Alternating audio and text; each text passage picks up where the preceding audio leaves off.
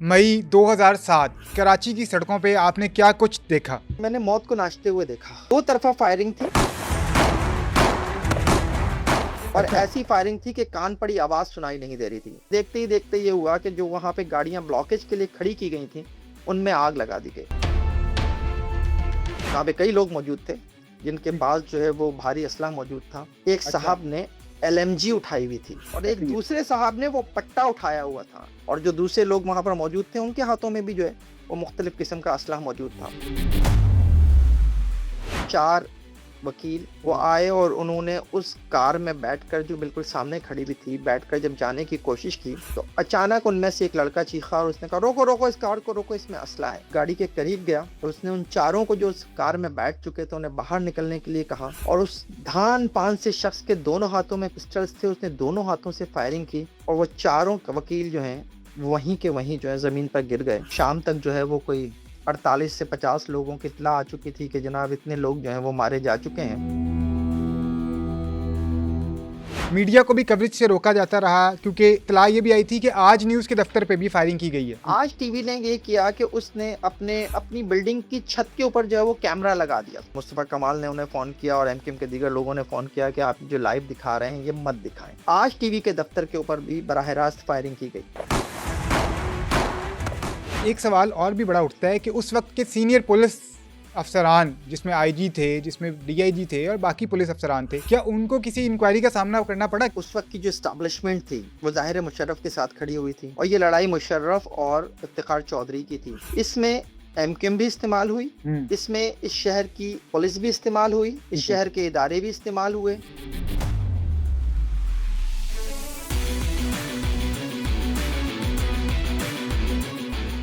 कराची एक ऐसा शहर जो कभी रोशनियों का शहर कहलाया, मगर इसकी तारीख के कुछ दिन ऐसे भी हैं जिन्होंने सिर्फ सड़कों को नहीं बल्कि दिलों को भी लहूलुहान कर दिया। 12 मई 2007 एक ऐसा दिन जब शहर कायद की शाहराहें जंग का मैदान बन गई। गोलियां चलती रहीं, लाशें गिरती रहीं, चीखें बुलंद होती रहीं और कानून खामोश तमाशाई बना रहा। ये वो दिन था जब एक चीफ जस्टिस की आमद ने पूरे निज़ाम को हिला कर रख दिया। शहर बंद था, रास्ते बंद थे, मगर सवाल आज भी खुले हैं। आखिर किसने कराची को खून में नहलाया? किसके हुक्म पर सड़कें लाशों से भर गईं? और 19 साल बाद भी इंसाफ क्यों ना मिल सका?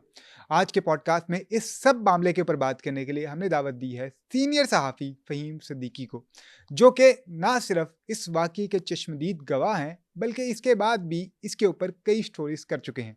आज हम इनसे जानेंगे कि इस वाक़ये का पस मंज़र क्या था और जिस दिन ये वाक़या पेश आया फ़हीम सिद्दीकी ने क्या क्या देखा। फ़हीम साहब, बहुत शुक्रिया आपके टाइम का। सबसे पहले तो ये बताइएगा कि हमने ये सुन रखा है कि वक्त करता है परवरिश बरसों, हादसा एकदम नहीं होता। तो ये जो 12 मई का वाक़या था, इससे पहले क्या ऐसे साइंस आपके सामने नज़र आने शुरू हो गए थे? क्या ऐसी हलचल आपको नज़र आ रही थी कि इस चीज़ का अंदाज़ा होना शुरू हो गया था कि शहर में कुछ बड़ा होने जा रहा है? देखिए, जो परवेज मुशर्रफ और चौधरी इफ्तिखार के दरमियान, जो उस वक्त के माजूल चीफ जस्टिस थे, उनके दरमियान जिस तरह के मामलात थे, उसमें तो ये मुमकिन था कि मुल्क के किसी भी हिस्से में इस तरह का कोई वाक़या पेश आ सकता है, लेकिन इतनी उसमें संगीनी होगी इसका किसी को भी एहसास नहीं था, क्योंकि जो वकला तहरीक थी उसको जो लोग लीड कर रहे थे वो बड़े-बड़े नाम थे।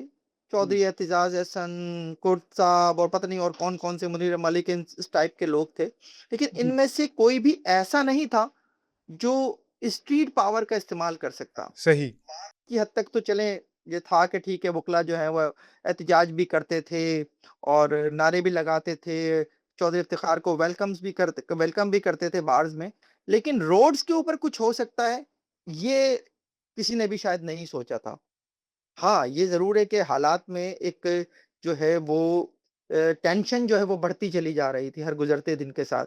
और जब चीफ जस्टिस इफ्तिखार चौधरी ने जब कराची आने का ऐलान किया सिंध हाई कोर्ट बार की दावत के ऊपर, उसके बाद जो कुछ चंद स्टेप्स हुए, उन्होंने जो है वो 12 मई से पहले ही हमें ये अंदाज़ा करा दिया था कि कुछ बड़ा अब हो सकता है। अच्छा। उसकी सबसे बड़ी वजह ये थी कि एक तो एमक्यूएम, परवेज़ मुशर्रफ की इत्तेहादी जमात थी। जी। कराची में एमक्यूएम का गवर्नर भी मौजूद था। हुँ। वज़ारत दाखिला भी एमक्यूएम के पास थी। और ज़ाहिर है सिंध गवर्नमेंट में अरबाब गुलाम रहीम टाइप लोग जो हैं वो भी मौजूद थे। सही। तो लेकिन इस सब के साथ-साथ जो एक चीज़ नई हुई थी, 1 दिन पहले, वो ये थी कि एमक्यूएम ने ही 12 मई को कराची में एमए जिन्ना रोड के ऊपर जलसे अच्छा, का ऐलान कर दिया था। ठीक। ये वो चीज़ थी जिसने जो है वो एक समझ लें कि पूरी फ़िज़ा को टेंस कर दिया था कि एक तरफ इफ्तिख़ार चौधरी जो हैं, वो कराची आएँगे, सिंध हाई कोर्ट बार जाएँगे, ख़िताब करेंगे, जो भी होगा और दूसरी तरफ जो है वो एमक्यूएम सेम डे जो है, वो तिब्बत सेंटर के मुकाम पर एमए जिन्ना रोड पर जो है वो जलसा करेगी। सही। ये चीज़ ने ना एक दिन पहले जो है काफ़ी टेंस कर दिया था माहौल को, जो आपका सवाल है बेसिकली। 12 मई 2007 कराची की सड़कों पे आपने क्या कुछ देखा? मैंने मौत को नाचते हुए देखा। अच्छा। 12 मई से 1 दिन पहले जी। हमारे पास ये इतलात मौजूद थी कि एमक्यूएम जो है वो अपना पावर शो करेगी। अच्छा, हुँ, पावर शो का आम तौर पे सियासी जो नारा है वो उसको इसी तरह से लिया जाता है कि जो भी अपनी ताकत का मुज़ाहिरा है सियासी तौर पर वो किसी जलसे के ज़रिए जो है वो किया जाएगा। और जी, एमक्यूएम माज़ी में इस तरह के पावर शोज़ करती भी रही थी। बिल्कुल। लेकिन जब रात को ही शहर की मुख्तलिफ शाहराहें और ख़ास तौर पर शाहराह फैसल से ये इत्तलात आईं कि उसको ब्लॉक किया जा रहा है, तो ये लगा कि जनाब ये पावर शो का मतलब कुछ और है। सही। और मैं अगर अपनी बात करूँ, जब मैं उस रोज़ ऑफ़िस से निकल कर सुबह जब मैं डिग रोड के मुकाम पर पहुँचा हूँ, हुँ, तो हुँ। डिग रोड के मुकाम पर ये था कि जो डिग रोड वो मुकाम है जहाँ से एक तरह से शाहराह फैसल पर एयरपोर्ट का जो फ़ासला है वो कोई बहुत ज़्यादा नहीं रह जाता है। अच्छा। अब यहाँ से सिचुएशन ये थी कि यहाँ एक ब्रिज है जिसे नाता खान ब्रिज कहा जाता है। हुँ। इस मुकाम के ऊपर हाल ये था कि आने वाला रोड और जाने अच्छा, वाला रोड, दोनों रोड्स के ऊपर इस तरह से गाड़ियाँ खड़ी हुई थी एक दूसरे के पीछे कि ना आप जाने वाले रोड से आप एयरपोर्ट की तरफ जा सकते थे और ना ही आने वाले रोड से आप एयरपोर्ट की तरफ जा सकते थे। सही। और उससे थोड़ा-सा पहले जो रास्ता जो है यूँ समझ लीजिए कि कराची के लोगों को तो ख़ैर अंदाज़ा होगा, मैं थोड़ा-सा जो दूसरे शहरों के लोग हैं उनको समझाने के लिए बता रहा हूँ कि शाहराह फैसल से एक रास्ता जो है वो डिग रोड के ही मुकाम से राशिद मिन्हास की तरफ टर्न होता है, जो शहर का एक और हिस्सा है। ये इस मुकाम पर कई कंटेनर्स, कई गाड़ियाँ खड़ी करके जो है वो रोड को ब्लॉक कर दिया गया था। हुँ। अच्छा, इससे थोड़ा-सा आगे जो मैंने ब्रिज की सिचुएशन बताई वो अलग थी कि गाड़ियों के आगे-पीछे गाड़ियाँ, कि वो जो इस तरह से कि जनाब खड़ी हुई थी दूर तक एक लंबी कतारें। लेकिन दूसरी जानिब जो डिग रोड का मुकाम है वहाँ पर ब्लॉकेज की गई थी, इस तरह अच्छा, से खड़ा करके। तो अब ठीक। कोई भी गाड़ी अगर आती तो बस यहीं तक आ सकती थी। और इस मुकाम पर हुँ। जब मैं पहुँचा हूँ, तो वहाँ काफ़ी लोग मौजूद थे, काफ़ी रश था। सही। एमक्यूएम के कारकुनान भी थे, चंद पुलिस वाले भी नज़र आ रहे थे। लेकिन उनके अच्छा, हाथों में उस रोज़ असलहे की बजाय डंडे थे खाली, स्टिक्स थीं, इससे ज़्यादा कोई गन नहीं थी किसी के भी हाथ में। मैं ठीक, वहीं खड़ा ठीक। हुआ था, तो उस वक़्त जो तंज़ीमी कमेटी के इनके जॉइंट इंचार्ज हुआ करते थे हम्माद सिद्दीकी, वो भी ठीक। वहीं खड़े खड़े मुझे मिल गए और हम आपस में बात करने लगे। इसी दौरान जो है, वो उस जानिब से जो रास्ता यूँ समझ लीजिए कि शाहराह फैसल पर एफटीसी की तरफ से जो आ रहा है, डिग रोड की तरफ, उस तरफ से फायरिंग की आवाज़ें आना शुरू हुईं। सही। अच्छा, जब हमने पलट के उस तरफ देखा तो हमें नज़र आया कि एक रैली जो है वो इस तरफ आई है और जिसके ऊपर जो है जिसके लोगों के हाथों में गाड़ियों के ऊपर जो है वो पाकिस्तान पीपल्स पार्टी के परचम मौजूद हैं। ठीक। 2 तरफ़ा फायरिंग थी और अच्छा। ऐसी फायरिंग थी कि कान पड़ी आवाज़ सुनाई नहीं दे रही थी। उधर से भी हुँ। फायरिंग हो रही थी, इधर से भी फायरिंग की जा रही थी और फिर देखते ही देखते ये हुआ कि जो वहाँ पे गाड़ियाँ ब्लॉकेज के लिए खड़ी की गई थीं, उनमें आग लगा दी गई ओके, सही। और मंज़र में और जो है वो ये समझ लीजिए कि संगीनी आ गई थी। इसी ठीक। दौरान एक और रैली जो मैंने बताया था आपको कि डिग रोड का जो ये मुकाम है, यहाँ से एक रास्ता जो है वो गुलिस्तान जौहर की तरफ या सोराबकोट की तरफ भी जाता है। इस तरफ जो ब्रिज है वो सिर्फ़ और सिर्फ़ जो है वो जाने के लिए है। तो उस पर भी आने वाली जाने यानी यूँ समझ लीजिए जो उधर से आ रहा है उसने आने आते हुए ब्रिज के ऊपर चढ़ने की कोशिश की और उनकी ठीक। कोशिश भी ये थी कि वो किसी तरह से शाहराह फैसल पर उतर सकें। ये भी एक रैली थी और इसके ये भी जो है वो पाकिस्तान पीपल्स पार्टी की रैली थी। इस तरफ इसकी क़यादत जो है वो शैला रज़ा साहिबा कर रही थी और जो जी, सामने से रैली आई थी उसकी क़यादत जो है वो निसार खोड़ो साहब कर रहे थे। सही। और थोड़ी-सी देर में वो जगह जो है वो मैदान जंग बन चुकी थी। अच्छा। फायरिंग इतनी थी कि कान पड़ी आवाज़ सुनाई नहीं देती थी। हुँ, लेकिन मैंने ये भी देखा वहाँ पर कि तो जो पुलिस थी, फायरिंग जी, होते ही वो सारे लोग अच्छा ये इत्तेफ़ाक से वो मुकाम भी है जहाँ पर डिग रोड पर शारा फैसल थाना भी है। शारा अच्छा, फैसल थाने के बिल्कुल साथ जो है वो एसएसपी ऑफ़िस भी है। अच्छा, और जैसे ही फायरिंग शुरू हुई, तमाम पुलिस एहलकार जो हैं वो थाने के अंदर और एसएसपी ऑफ़िस के अंदर चले गए और उन्होंने दरवाज़े अंदर से बंद कर लिए। अच्छा, और जो बाहर लोग थे, ज़ाहिर है हमाद सिद्दीकी के नाम से ही आप समझ गए होंगे कि बाहर जो लोग थे, वो ज़ाहिर है उनका ताल्लुक उस वक़्त एमक्यूएम से था। ये जो कुछ भी हुआ, थोड़ी देर के बाद ये हुआ कि जो निसार खोड़ो साहब की क़यादत में रैली आई थी, वो शारे फैसल पर वापस पलट गई। जो शैला रज़ा साहिबा की क़यादत में साइड से आई थी, वो भी वापस पलट गई और वहाँ पर किसी हद तक अमन हो गया। ठीक, सही। इसी दौरान मेरे पास एक इत्तला आई और इत्तला अच्छा, ये थी कि हमारा हमारी एक टीम जो इस दिन की कवरेज के लिए जी, एयरपोर्ट की तरफ गई थी, वो वहाँ कहीं दो तरफ़ा फायरिंग में फँस गई है।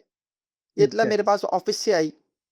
हुँ, हुँ, तो मैंने जो है वो हम्माद सिद्दीकी को ढूँढना शुरू किया जो थोड़ी देर पहले वहीं खड़े हुए थे। मैंने हम्माद सिद्दीकी को जब तलाश किया तो मैं उनकी तरफ बढ़ा, तो उनके पास भी ये इत्तला मौजूद थी। क्योंकि जियो टेलीविज़न से मैं उस वक़्त काम कर रहा था, तो जियो टेलीविज़न ने ये खबर नशर भी कर दी थी कि हमारी एक टीम जो है वो दो तरफ़ा फायरिंग में फँसी हुई है। हम्माद सिद्दीकी ने मुझे देखते ही कहा कि फ़हीम साहब आपकी टीम जो है वो आगे फँसी हुई है, मॉडल कॉलोनी के अच्छा, मुकाम पर, तो आप बेशक चले जाएँ और उनको निकाल लें। हुँ, मैंने कहा भाई रास्ता तो उस तरफ है ही नहीं कहीं जाने का, जाऊँ कैसे मैं एयरपोर्ट की तरफ, मॉडल कॉलोनी की तरफ? सही। तो उन्होंने मुझे बताया कि आप क्रॉस करें और जो सामने शाह फैसल और डिग रोड की जो आबादी है, यहाँ से आप सर्विस रोड लेते हुए आप रेलवे लाइन के साथ-साथ जो है, आप उस मुकाम पर पहुँचे, मैं वहाँ पर फ़ोन कर देता हूँ। ठीक ठीक है। है।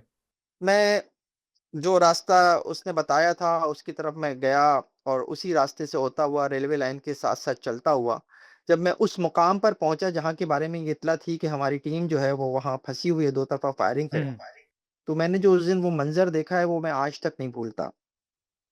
हम आज 2026 में बात कर रहे हैं और हम वाक़या जो है वो 2007 का दोहरा रहे हैं। जी, जी, 19 साल हो गए हैं इसको। जी, जब मैं गाड़ी से उतरा हूँ, तो मैंने देखा कि वहाँ पे एक साहब जहाँ पे कई लोग मौजूद थे, जिनके जी, पास जो है वो भारी असलहा मौजूद था। एक अच्छा, साहब ने एलएमजी उठाई हुई थी अच्छा, और एलएमजी आपने जो है वो जो कानून नाफ़िज़ करने वाले इदारे हैं, उनकी गाड़ियों के ऊपर देखी होगी, उसके साथ एक बिल्कुल, पूरा बिल्कुल। पट्टा लटका हुआ होता है जी, जी, बिल्कुल, और एक ऐसे ही है। दूसरे साहब ने वो पट्टा उठाया हुआ था। एक अच्छा, साहब ने एलएमजी उठाई हुई थी, एक साहब ने वो पट्टा उठाया हुआ था एलएमजी का और जो दूसरे लोग वहाँ पर मौजूद थे, उनके हाथों में भी जो है, वो मुख्तलिफ़ किस्म का असलहा मौजूद था। सही मेरे है। गाड़ी से उतरते ही एक साहब करीब आए और कहने लगा, "आ गए आप फ़हीम साहब, आपके लोग जो हैं वो सामने जो मिनी बस खड़ी है, उसके नीचे मौजूद हैं, उनको आप कॉल कर दें ताकि वो निकल कर आ जाएँ।" जी, मैंने उन्हें कॉल की, तो उन्होंने कहा, अच्छा हम आ जाएँ, कोई खतरा तो नहीं है?" मैंने कहा, "आ जाओ, बात हो गई है, आप लोग हुँ, निकल के आ जाओ।" तो जब वो मेरे पास आए निकल के, यूँ समझ लें कि मिनी बस जो है वो खड़ी हो गई, कोई थोड़े से फासले पर खड़ी हुई थी। ठीक, जब वो उतर कर निकल कर आए तो उन्होंने आके मुझसे कहा कि यार इस मिनी बस में कुछ और लोगों ने भी जो है वो पनाह ली हुई थी, तो ठीक, इनसे कहो कि उन्हें भी जाने दें। मैंने कहा, "हाँ, अच्छा, ठीक बात है।" मैंने उन लोगों से कहा कि यार इनको भी जाने दो, ये जो और लोग हैं उनका हाँ, हाँ, जिसने जाना है वो चले जाएँ। जिस जगह हम खड़े हुए थे उसी के सामने एक अदद कार भी खड़ी हुई थी, हुँ, हुँ, खाली कार। तो ठीक, पता चला कि इस कार में जो लोग सवार थे वही लोग जो हैं वो मिनी बस बस के नीचे उन्होंने पीछे पनाह ली हुई है। सही है। तो ताज मेरे जो कैमरामैन थे उस वक़्त वो गए और उन्होंने उन लोगों से कहा कि आप लोग भी आ जाएँ, निकल के आ जाएँ और चले जाएँ जहाँ जाना है आपने। तो मुझे आज भी वो मंज़र याद है कि 4 वकील जिन्होंने जो है वो काले कोट पहने हुए थे, वो सही है। आए और उन्होंने उस कार में बैठकर जो बिल्कुल सामने खड़ी हुई थी, बैठकर जब जाने की कोशिश की, तो अचानक उनमें से एक लड़का चीखा और उसने कहा, "रोको, रोको इस कार को रोको, इसमें असला है।" वो उस अच्छा, गाड़ी के करीब गया, तो उसने उन चारों को जो उस कार में बैठ चुके थे, उन्हें बाहर निकलने के लिए कहा और उस धान-पान से शख्स के दोनों हाथों में पिस्टल्स थे, उसने दोनों हाथों से फायरिंग की और वो चारों क वकील जो हैं, वहीं के वहीं जो है ज़मीन पर गिर गए और मेरे साथ जब मैं वहाँ से डिग रोड से चला था, तो मेरे साथ एक इंटरनेशनल एजेंसी है एपी, उसका फ़ोटोग्राफ़र भी मेरे साथ जो है वो ज़िया मज़हर मेरे साथ गाड़ी में बैठ गए थे। ज़िया मज़हर ने वो तस्वीर बनाई थी और अगले दिन के डॉन में वो तस्वीर छपी भी थी, जिसमें जो है वो एक कार के चारों दरवाज़े खुले हुए हैं और 4 लाशें जो हैं, वो ज़मीन पर पड़ी हुई हैं। अच्छा, फ़हीम साहब यहीं पे मैं जानना चाहूँगा आपके ऊपर भी फायरिंग हुई थी? आप जिस गाड़ी को वहाँ से रेस्क्यू करके लेके जा रहे थे, उस पर भी फायरिंग हुई थी? वो भी ज़रा बताइएगा। जी, बिल्कुल। ये वाक़या होने के बाद जो है, उसके बाद जो है वो ड्राइवर जो ताज के साथ जो गाड़ी थी, उसका जो ड्राइवर था, उसने मुझसे कहा कि हमारी गाड़ी जो है वो थोड़ा दूर खड़ी हुई है और उसको लेकर आना है। तो मैंने कहा जाओ लेकर आ जाओ। उसने कहा नहीं मैं नहीं जाऊँगा उस तरफ, क्योंकि हुँ, दूसरी जानिब जो है उधर से भी फायरिंग हो रही है। मैंने कहा हुँ। अच्छा मुझे चाबी दो।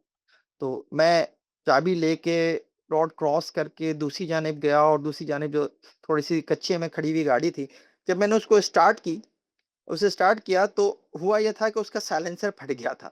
तो जैसे ही मैंने अच्छा, उसे स्टार्ट की तो बहुत तेज़ साउंड हुआ और जैसे ही तेज़ साउंड आया वैसे ही कई गोलियाँ आकर जो है वो फिर उस गाड़ी पर लगीं। मैंने जो है वहीं से फिर अम्माद सिद्दीकी को दोबारा से मैसेज किया, फ़ोन किया कि भाई मेरी गाड़ी है। मैंने गाड़ी पूरी तौर पर बंद भी कर दी थी। मैंने कहा सही। हमारी गाड़ी है और इस गाड़ी को मैंने लेके निकलना है। तो हुँ, फिर ज़ाहिर है मैसेजेस गए होंगे और फिर मैं उसी बगैर वो फटे हुए साइलेंसर वाली गाड़ी को लेकर जो है वो रोड के इस तरफ आया और जी, फिर बड़ी मुश्किल से जो है वो गाड़ी जो है वो हमारे ऑफ़िस पहुँची थी। तो एक ऐसा दिन था जब मैंने इस शहर में अमलन जो है वो मौत को नाचते देखा है। मैंने अच्छा लोगों को हुँ।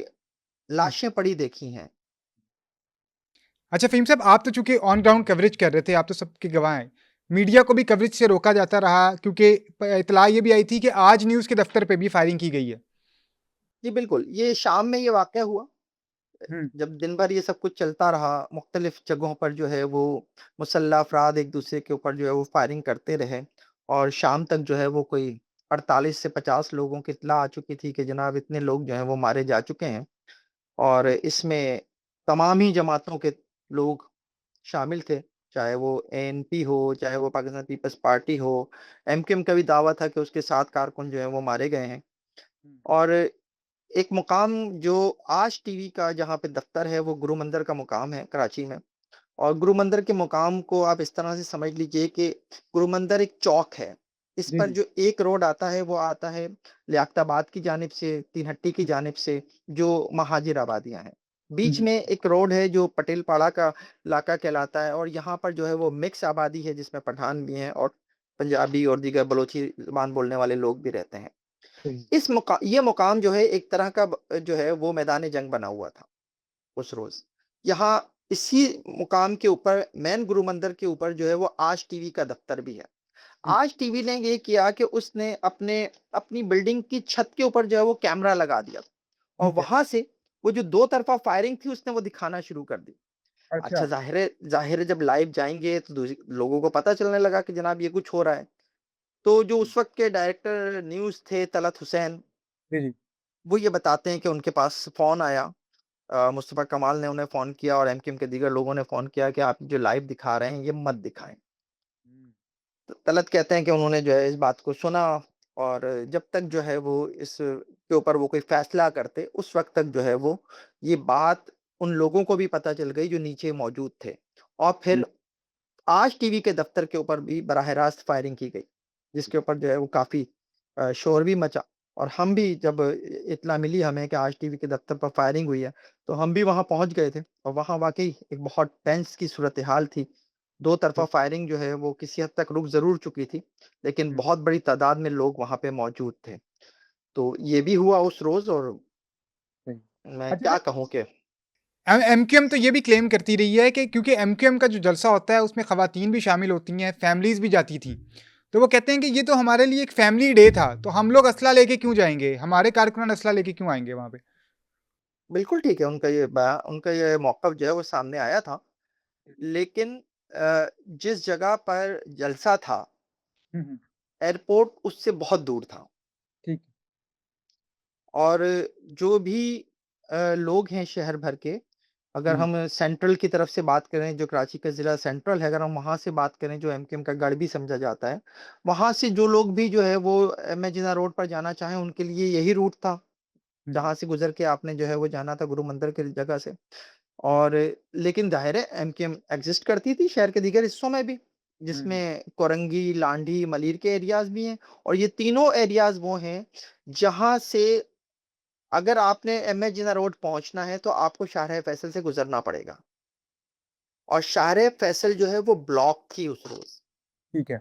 अब जब मैंने ये सवाल किया, सुबह ही जब मैं वहाँ पहुँचा था और मैंने ये सवाल किया कि ये इतनी बसें दोनों रोडों के ऊपर किस तरह से खड़ी हो गई हैं, ये क्यों है, क्या है ये सब? तो मुझसे कहा गया कि ये वो लोग हैं जो अंदरूने सिंध से एमक्यूएम के कारकुन, जो अच्छा, जलसे में शिरकत के लिए आए हैं, तो ये उनकी बसें हैं बेसिकली जो यहाँ खड़ी हुई हैं। ये मुझे उस दिन जो है वो मौक़िफ़ एक तरह से पेश किया गया था। सही। अच्छा सर, 2 चीज़ें, एक तो ये कि इस सारे वाक़ये ने एमक्यूएम की साख को कितना नुकसान पहुँचाया? और दूसरा ये कि अब 19 साल गुज़र चुके हैं। क्या इंसाफ़ मिल गया इस वाक़ये का? देखिए, अगर एमक्यूएम की साख की बात करें तो एमक्यूएम के रहनुमाओं को मैंने खुद ये कहते सुना कि एमक्यूएम जो है वो 80s में वापस चली गई थी अच्छा। और 80s वो दौर था जब एक तरह से इस शहर में पठान महाजिर फसादात हुए, पठान पंजाबी महाजिर पंजाबी फसादात हुए और इस तरह के वाक़यात कस्बा अलीगढ़ जैसे वाक़यात, साने सुराब गोट हुआ, साने पक्का किला हुआ, जिसमें जो है वो बड़ी तादाद में ठीक है। उर्दू स्पीकिंग मारे गए थे और बहुत ज़्यादा जो है वो जवाब में जो है वो शहर में रिएक्शंस भी देखने में आए थे। बहुत ज़्यादा जगहों बहुत सारे मकामात के ऊपर जो है वो बसें जलाई गईं, ट्रांसपोर्ट को जलाया गया था। तो 80s वो दौर था कि जब इस शहर ने बहुत ज़्यादा आग और खून देखा था। सही। लेकिन उसके बाद जो है वो एमक्यूएम 90s का ऑपरेशन भी एमक्यूएम ने देखे 2 ऑपरेशन। फिर 98 में कू के बाद मुशर्रफ के मुशर्रफ के साथ जब अलाई बनी एमक्यूएम तो एमक्यूएम को बहुत हद तक जो है वो एक फ्री हैंड मिल गया था। ठीक है। और इस फ्री हैंड में जब ये कुछ हुआ 2007 में, जी। तो उसके बाद एमक्यूएम के रहनुमा खुद ये कहते पाए गए कि एमक्यूएम वापस 80s में चली गई थी। यानी एमक्यूएम को बहुत ज़्यादा नुकसान हुआ था और वो बहुत पीछे चली गई थी। ठीक है। दूसरा आपका सवाल कि इंसाफ मिला, जी। कोई इंसाफ नहीं मिला आज तक। हुँ। जो साने ये 12 मई है, इसकी जी। कई एफआईआर्स दर्ज हुई, उनमें और ये सारी एफआईआर्स जो हैं, वो पड़ी रहीं कई सालों तक। सही। इफ्तिखार चौधरी जी, माज़ूल थे, बिल्कुल। बहाल किए गए, कभी जो है वो उन्होंने इन उन केसेस को नहीं चलाया या उनकी जानिब तवज्जो दी, 12 जी, मई के केसेस को। पाकिस्तान पीपल्स पार्टी 2008 में इक़्तिदार में आ गई, आज हुँ, तक इक़्तिदार में है। उसने कभी इन केसेस को परस्यू नहीं किया कि हमारे कारकुन जो है, जो मारे गए 12 मई को, उनको इंसाफ मिले। सही तो है। इंसाफ नहीं मिला और सबसे बड़ी बात ये है कि 2013 में जब एमक्यूएम के खिलाफ एक तीसरा ऑपरेशन शुरू हुआ, हुँ, हुँ, उसके बाद जो है वो 12 मई के केसेस खुले। उनके ठीक। चालान जो है इतने अरसे के बाद जो है वो पेश हुए और फिर हुँ। उनमें वसीम अख्तर और एमक्यूएम के मुख्तलिफ लोगों को जो है उसमें मुल्ज़िम बनाया गया और वो केसेस आज भी चल रहे हैं अदालतों में। अच्छा सर, एक चीज़ ये भी कही गई कि ये वाक़ये के फ़ौरन बाद एमक्यूएम ने तो लिस्ट जारी कर दी अपने शुहदा की, अपने जो लोग कारकुनान उनके शहीद हुए सारे वाक़ये में, उन्होंने तो लिस्टें जारी कर दी। किसी और पार्टी की जानिब से लिस्टें सामने नहीं आई थी। तो कहा जाता है कि सबसे ज़्यादा नुकसान भी एमक्यूएम के कारकुनान का ही हुआ था। ये बात ठीक है, लेकिन देखें बात ये है कि उसमें जो लोग मरे, उनमें एमक्यूएम जी, के पास तो ज़ाहिर है एक मुनज़्ज़म सेटअप था, उन्होंने फ़ौरी तौर पे अपने कारकुनान की फ़हरिस्तें जारी कर दी। लेकिन उसमें एएनपी के लोग भी मरे, पाकिस्तान पीपल्स पार्टी के लोग भी मरे और वुकला भी मरे। अच्छा। हुँ, वुकला की एक बड़ी हुँ, तादाद जो है, वो उस रोज़ जो है, वो इस वाक़ये में जाँ बहक हुई। ठीक है। उनकी लिस्टें कौन देता, वुकला की? और उसके बाद आप ये देखिए कि अगले रोज़ जब कराची में जो शाही सैयद हैं, उनकी रिहाइशगाह के ऊपर जब एक मीटिंग हुई जिसमें मौलाना फज़लुर रहमान भी पहुँचे और दीगर लोग भी पहुँचे, उस रोज़ जो है, अगर ये अपोज़िशन पार्टीज़ कोई दोबारा कोई कॉल दे देतीं, हुँ, तो शहर में मज़ीद खून-खराबा हो सकता था। सही। लेकिन जो हमें बताया गया साबिक गवर्नर डॉक्टर इशरत इबाद की जानिब से कि जब उन्हें इसकी इत्तला मिली, तो वो खुद जो है वो शाही सैयद के घर पहुँच गए और वहाँ पहुँचकर उन्होंने उनसे रिक्वेस्ट की कि ऐसी कोई कॉल ना दी जाए और सारे मामलात को जो है हम हल करने की कोशिश करेंगे। लेकिन इफ्तिखार चौधरी की अगर आप बात करें, तो मैं डेफ़िनेटली ये कहूँगा कि आप माज़ूल थे, आपके लिए वुकला ने तहरीक चलाई, आपके पीछे सियासी जमातें खड़ी थीं, आप बहाल हो गए। बिल्कुल। क्या उन लोगों को इंसाफ आज भी मिला? जो राइट। आपकी जद्दोजहद के नतीजे में हुँ, इस शहर कराची में मारे गए। इंसाफ राइट। नहीं मिला उन्हें। अच्छा सर, एक सवाल और भी बड़ा उठता है कि उस वक़्त के सीनियर पुलिस अफ़सरान, जिसमें आईजी थे, जिसमें डीआईजी थे और बाकी पुलिस अफ़सरान थे, क्या उनको किसी इंक्वायरी का सामना करना पड़ा? क्या उनको कोई कार्रवाई का सामना करना पड़ा? क्योंकि इतना बड़ा सान्या हो जाना आपके शहर में और पुलिस का गायब रहना, ये तो उनके ऊपर सवाल था ना एक। देखिए ब्रदर, बात ये है कि उस वक़्त की जो एस्टेब्लिशमेंट थी, हुँ, वो ज़ाहिर है मुशर्रफ के साथ खड़ी हुई थी बिल्कुल। और ये लड़ाई मुशर्रफ और इफ्तिखार चौधरी की थी। जी, जी। इसमें ठीक है। एमकेएम भी इस्तेमाल हुई, हुँ, इसमें इस शहर की पुलिस भी इस्तेमाल हुई, इस ठीक है। शहर के इदारे भी इस्तेमाल हुए। तो हुँ, किसने किसने इंक्वायरी करनी थी और किसके खिलाफ इंक्वायरी करनी थी? बिल्कुल। क्योंकि उस वक़्त की एस्टेब्लिशमेंट और मुशर्रफ तो एक पेज के ऊपर थे ना, जी, जी। तो फिर तो कुछ भी इसीलिए कुछ भी नहीं हुआ आज तक। फ़हीम साहब, बहुत शुक्रिया आपके टाइम का। नाज़रीन, आपने सुना फ़हीम साहब ने सारा वाक़या तफ़सीलन बताया कि 12 मई 2007 को असल में हुआ क्या था। वहाँ पर जो फ़हीम सिद्दीकी साहब ने अपनी आँखों देखा हाल हमारे साथ शेयर किया, उसको सुनकर भी रोंगटे खड़े हो जाते हैं। मगर सवाल अब भी यही है कि किसके हुक्म पर ये सारा कुछ हुआ? और वो लोग जिनकी जानें इस सारे मामले के अंदर गईं, उनको इंसाफ़ आखिर कब मिलेगा? हमें दीजिए इजाज़त। अल्लाह हाफ़िज़।